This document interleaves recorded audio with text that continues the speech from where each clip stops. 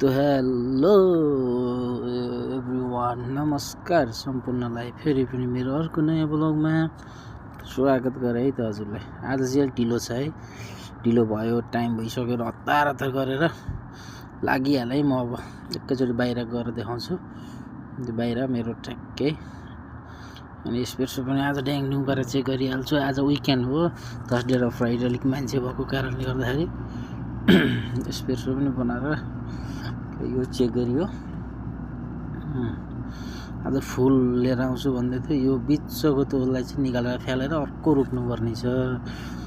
अब ठन्डा महिना अहिले चाहिँ खासै मान्छेहरू चाहिँ नभएको कारणले गर्दाखेरि अनि त्यत्तिकै हेर्दै चाहिँ टेबलहरू कुर्सीहरू कस्तो के छ अवस्था भनेर यसो हेरेँ, डुले, घुमेँ, चट्ट लाएर ठिक छ, सबै कुरो ठिक छ। मान्छेहरू अहिले खासै हुँदैन, अनि त्यही कारणले नि कता जाउँ के गरौँ भन्दै थियो। अनि अब बाहिर निक्लिनु पऱ्यो भन्ने विचार गरेर, घाम जाडो पनि छ नि त, अनि बाहिरको अवस्था राम्रो छ।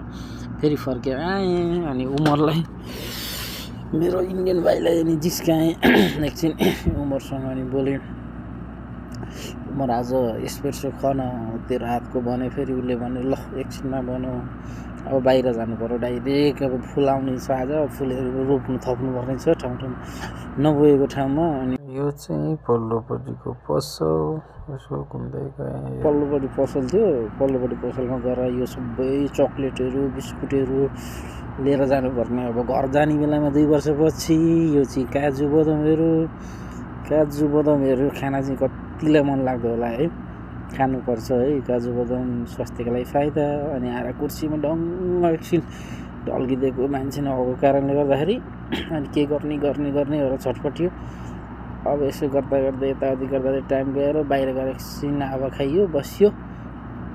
अनि शीतल भाइलाई पनि त आजलाई यति नै, बाई बाई, सब्सक्राइब।